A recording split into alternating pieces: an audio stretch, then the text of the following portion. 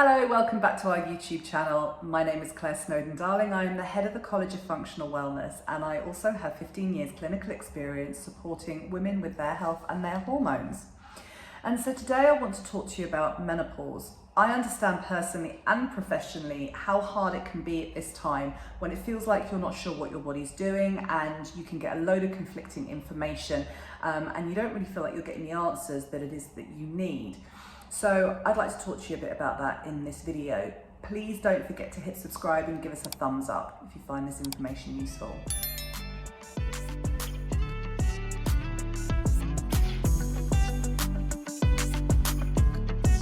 So the peri-post-menopause transition, to give it its full title, is the name for the period of time where our hormones start fluctuating and we eventually stop bleeding. But that's a really big stretch of time. So the menopause part itself is where we actually stop having our periods. Once we've had a year of no bleeds, we are considered postmenopausal. But you could go for 6 months, not have a bleed, then have a bleed, and you're kind of back at square one. You could go for 8 months, 10 months, 11 months, and then have a bleed. So there is no sort of set time frame, and it can be very changeable. There's a lot of fluctuation. So anything before the point where we've actually sort of start missing the bleeds is considered perimenopause. Now perimenopause can happen like 10 years before we even start going through the destabilized period bit.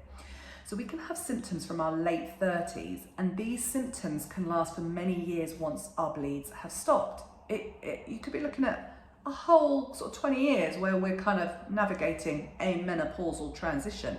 It's a big deal. So in terms of support that we can receive during menopause, there's always our GP. But it is worth bearing in mind that many GPs haven't done any training on menopause. It is optional training, and they often don't know the answers to your questions, which I know sounds really weird, but it's actually the situation that we find ourselves in. So I personally think you are better to work with a dedicated menopause coach, someone who's actually researched the science, the right food strategies, the right supplementation.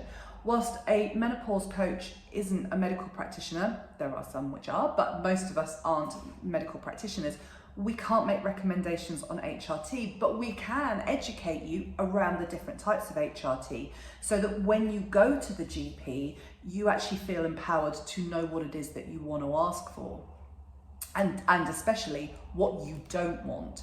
So it's really important to make sure that you feel educated. Now, I often say this is a period of time where we don't really have the energy or the wherewithal or the brain power to be our own warrioresses.